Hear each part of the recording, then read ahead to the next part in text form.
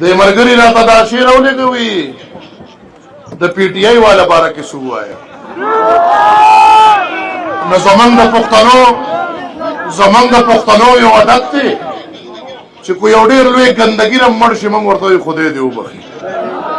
هغه مړي دي، مړو ته دعا کوې چې خدای دې وبخي، نور هغه هېڅ نه دي. سلامونه ملګرو، ستاسو ورور یا زحمت سټار ما. قسم په خدای چې ډېر زیات خفه شوم ځکه چې دا د پی ډي ایم تربیت دی، دا د پی ډي ایم نظریه ده او دا د پی ډي ایم سوچ دی.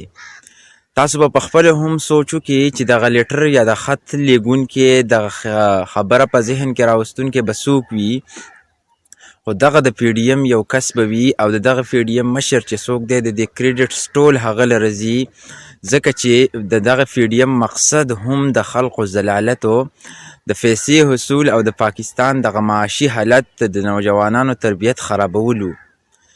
زه څوک په ډاګه کومه نه، خو د دغې کلیپس نه واضحه ظاهره ده چې دغه ټول خبرې ذمهواري چې کوم دی د پی ډي ایم د سربراه ده.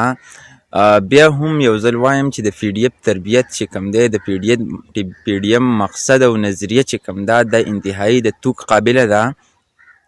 د دغه پی ډي ایم مقصد هم د دغه خلکو ضلالت و، د دغه پی ډي ایم مقصد یو پارټي په ګوته کولو، خو خدای پاک چې کوم وشرموله نو هغه زه نشم ډاګه کولی.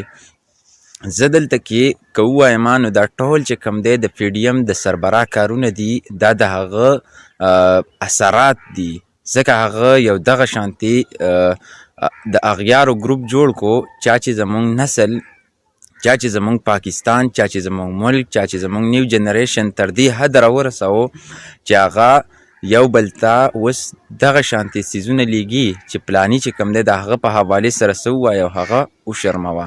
خو بیا هم اپریشیټ کوم ایمل ولی صاحب که په سیاسي نظریه باندې مخالف هم دی، خو د دغې انوایټیشن یې ریجیکټ کړی دی. د خپلې رای اظهار ضرور کمنټ سیکشن کې وکړئ. ستاسو په خیال دغه لیږونکی به څوک وي؟ آیا د پی ډي ایم سربراه د دې ذمهوار دی او که نه دی؟